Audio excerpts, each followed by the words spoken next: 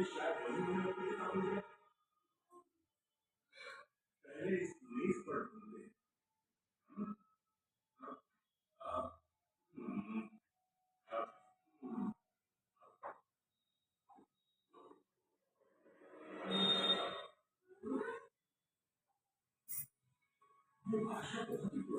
दोस्तों, नमस्कार। मैं आपको महत्वपूर्ण अनुच्छेद के बारे में बताएंगे जो बहुत ही इम्पोर्टेंट है। आपके सारी C TET, U P TET, R O जो भी आपकी प्रशिक्षण, आपकी सी एस वगैरह सब में आपके महत्वपूर्ण है। तो महत्वपूर्ण अनुच्छेद इम्पोर्टेंट कितने हैं मैं बताती रहूँगी आपको। अनुच्छेद एक, भारत अर्थात इंडिया राज्यों का संघ है। अनुच्छेद एक क्या बताता है? भारत अर्थात इंडिया राज्यों का संघ है कि सब मिलकर राज्यों का संघ है। अनुच्छेद दो, संसद को संघ में किसी नए राज्य का प्रवेश की स्थापना। जो संसद है वो जो नए राज्य प्रवेश करती है, या दूसरा जैसा उत्तराखंड बना था आपका 1975 में, उत्तराखंड सिक्किम 1975 में प्रवेश, या दूसरे नए राज्य को हम प्रवेश करते हैं अपने राज्य में, तो अनुच्छेद दो, संसद को संघ में किसी नए राज्य का प्रवेश या स्थापना करते हैं। फिर अनुच्छेद तीन, साधारण संशोधन के द्वारा किसी नए राज्य का गठन,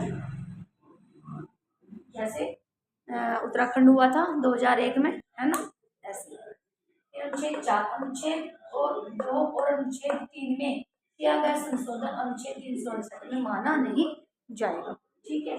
फिर अनुच्छेद पाँच, ऐसा प्रत्येक व्यक्ति भारत का नागरिक होगा जिसका उपवास भारत में होगा। वो व्यक्ति भारत का निवासी होगा जिसका जन्म भारत में हुआ है। ठीक है। अनुच्छेद 6, पाकिस्तान से आने वाले व्यक्तियों की नागरिकता से संबंधित, जो पाकिस्तान से नागरिक आएंगे उससे अनुच्छेद 6 संबंधित है। अनुच्छेद 7, पाकिस्तान से जाने वाले व्यक्ति की नागरिकता से संबंधित है। ठीक है, आप नोट कीजिए।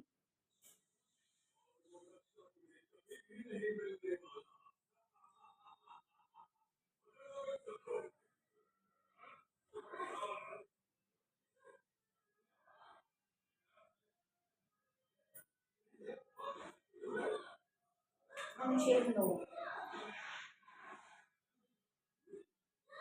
अनुच्छेद 9 है किसी अन्य देश की नागरिकता, किसी अन्य देश की नागरिकता, अन्य किसी देश की नागरिकता लेने पर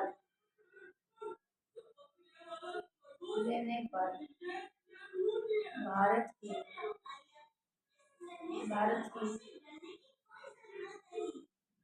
नागरिकता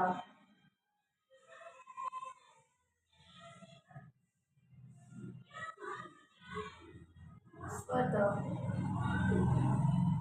समाप्त हो जाएगी।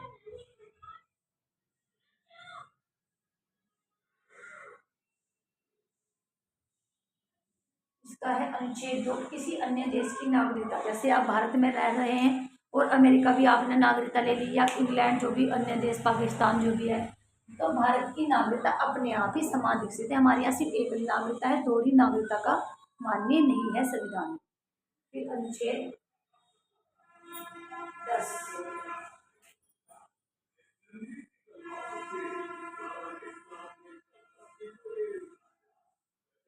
नागरिकों के अधिकारों का बना रहना, नागरिकों के अधिकारों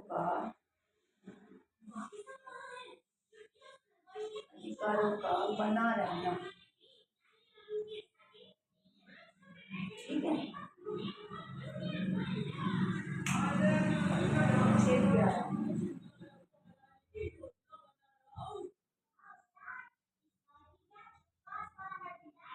भारत की नागरिकता,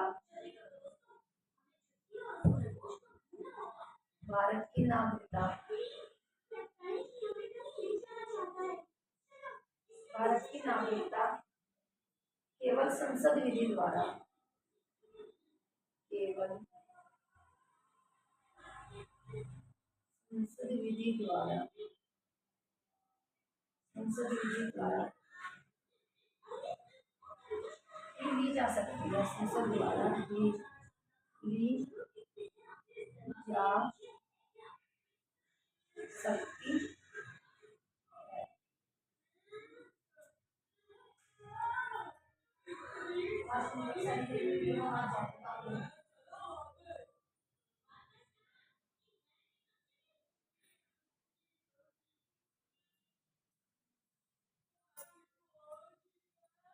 अनुच्छेद 11, भारत की नागरिकता केवल संसद विधि द्वारा ही ली जा सकती है। अगर कोई व्यक्ति भारत की नागरिकता लेना चाहता है बाहर का, तो संसद के द्वारा ही नागरिकता ले सकता है।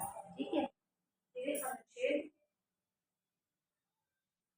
इसमें भी आपको 11 में कई प्रकार की वो दी गई है, इसमें लिखो आप।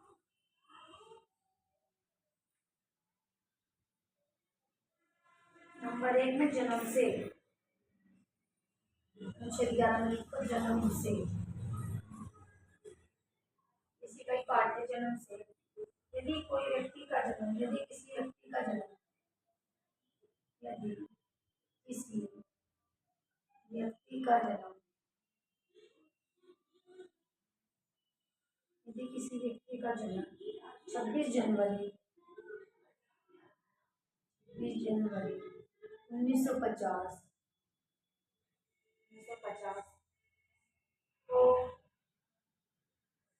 या उसके बाद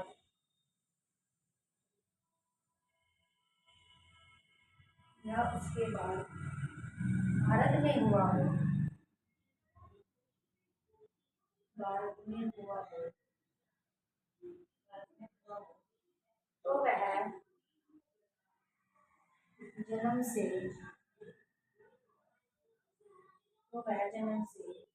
भारत का नागरिक है।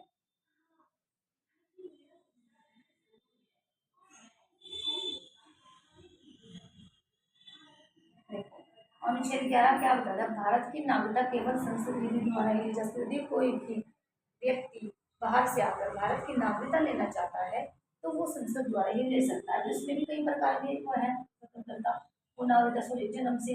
यदि किसी व्यक्ति का जन्म 26 जनवरी 1950 को या उसके बाद भारत में हुआ, तो वह जन्म से भारत का नागरिक है, चाहे वो बाहर का हो, विदेशी हो।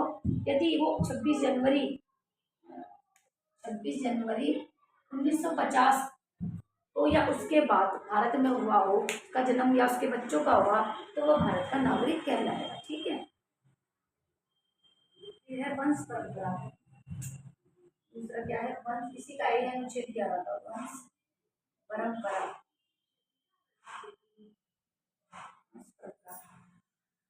यदि किसी व्यक्ति का जन्म,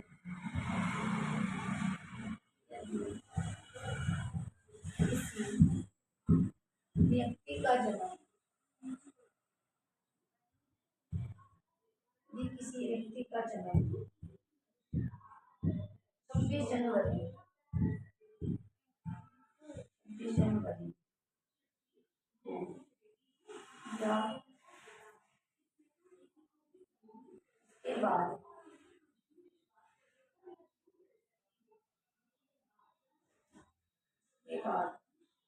भारत के बाहर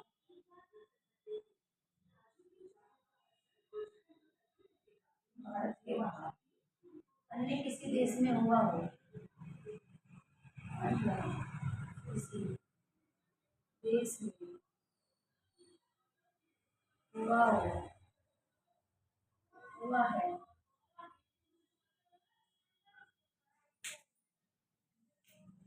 हुआ है, तो वह भारत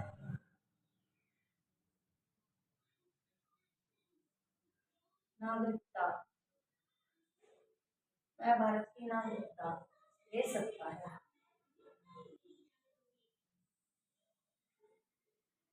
ले सकता है। यदि उसे उसके जन्म के साथ, यदि उसके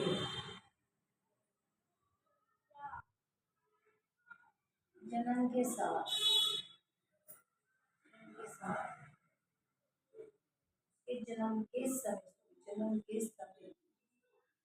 जन्म के समय, माता पिता, दादा दादी, दादा दादा दादी, पितामह पितामही,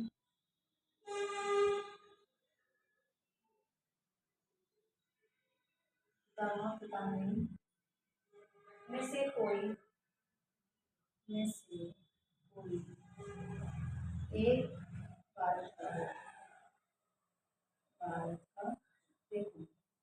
अनुच्छेद 11, भारत की नागरिकता केवल संसद विधि द्वारा ही ली जा सकती है। जन्म से, यदि किसी व्यक्ति का जन्म 26 जनवरी 1950 को या उसके बाद भारत में हुआ तो वह जन्म से भारत की नागरिकता ले सकता है। ठीक है, फिर दूसरा इसमें पॉइंट आ गया वंश परंपरा। यदि किसी व्यक्ति का जन्म 26 जनवरी को या उसके बाद भारत के बाहर अन्य किसी देश में हुआ हो तो वह भारत की नागरिकता ले सकता है। मान्य बात, कोई व्यक्ति है, उसके दादा दादी या कोई उसके मम्मी पापा या उसके परदादा दादी में भारत के हो और हम जाके अमेरिका में निवास कर ले और हमारे जो बच्चों का जन्म हुआ हो तो फिर भी हम भारत के नागरिक कहलाए, क्योंकि हमारे जो दादा दादी हम परदादा दादी है वो भारत के रह चुके हैं। तो इसका अर्थ यही है, यदि किसी व्यक्ति का जन्म 26 जनवरी को या इसके बाद भारत के बाहर अन्य किसी देश में हुआ वह भारत की नागरिकता ले सकते हैं। उसके जन्म के समय माता पिता दादा दादी पिता पितामही में से कोई एक भारत का हो। ठीक है, अब आ गया पंजीकरण।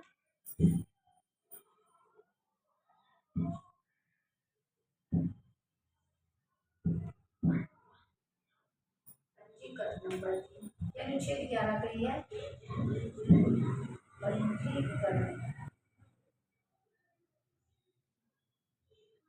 इसके द्वारा निम्न प्रकार से, इसके द्वारा निम्न प्रकार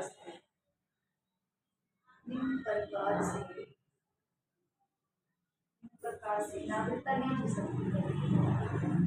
नागरिकता ली जा सकती है।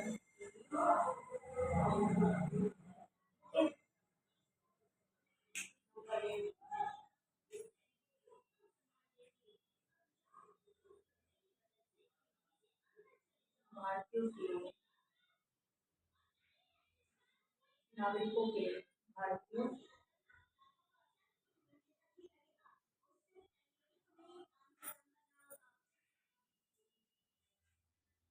भारतीय नागरिकों के भारतीय नागरिक के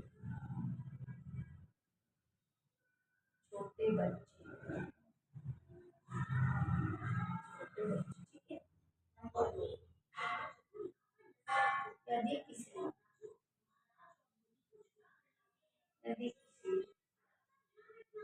विदेशी महिला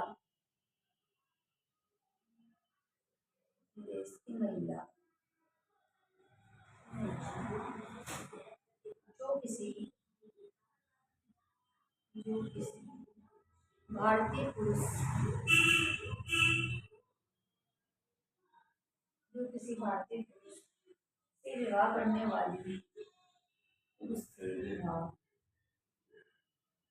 विवाह करने वाली हो या कर चुकी वाली हो या कर पंजीकरण। इसके द्वारा निम्न प्रकार से नागरिकता ले सकती है। किसके द्वारा हम भारत की नागरिकता ले सकते हैं? पंजीकरण। नंबर 1, भारतीय नागरिक के छोटे बच्चे। जो भारतीय के जो नागरिक हैं उनके छोटे बच्चे यदि किसी विदेशी महिला जो किसी भारतीय पुरुष से शादी कर ले, विवाह कर ले या करने वाली हो या कर चुकी हो।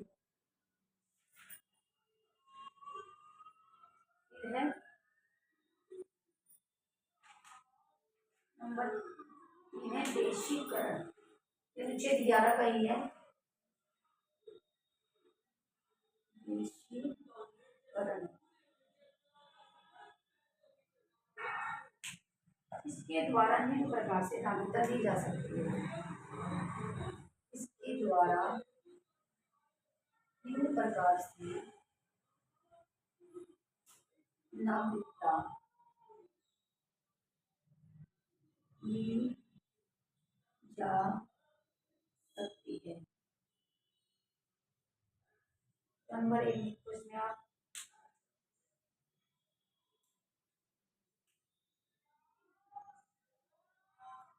8वीं अनुसूची में दिए गए, 8वीं अनुसूची अनुसूची में दिए गए, 8वीं अनुसूची में दिए गए भाषाओं का ज्ञान होना चाहिए। भाषाओं का ज्ञान होना चाहिए। ठीक है। नंबर 2,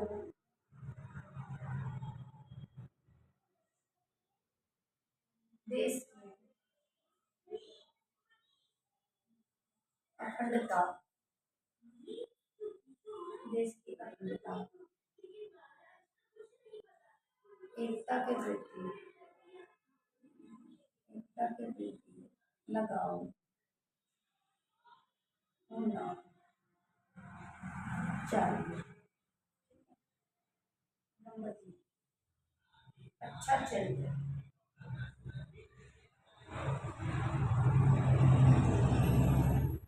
चरित्र चाहिए। ठीक है। देखो, पंजीकरण मैंने आपको सारा बता दिया, एक बार रिपीट कर दे, जिसके द्वारा निम्न प्रकार से नागरिकता ली जा सकती है। हम विदेशी हों तो हम इस तरह से नागरिक ले सकते हैं भारत। नंबर 1, भारतीय नागरिक के छोटे बच्चे हों, यदि किसी विदेशी महिला जो किसी भारतीय पुरुष से विवाह करने वाली हो या कर चुकी हो या करने वाली हो या कर चुकी हो, ठीक है, विदेशीकरण, इसके द्वारा निम्न प्रकार से नागरिकता ली जा सकती है। नंबर 1, 8वीं अनुसूची में दिए गए भाषाओं का ज्ञान होना चाहिए। देश की एकता एकता अखंडता के प्रति लगाव होना चाहिए। अच्छा चरित्र होना चाहिए, अच्छा कैरेक्टर होना चाहिए। ठीक है। नमस्कार। आप हमारी वीडियो ज़्यादा से ज़्यादा शेयर करिए प्लीज़। धन्यवाद। और इससे आगे का अनुच्छेद हम कल बताएंगे।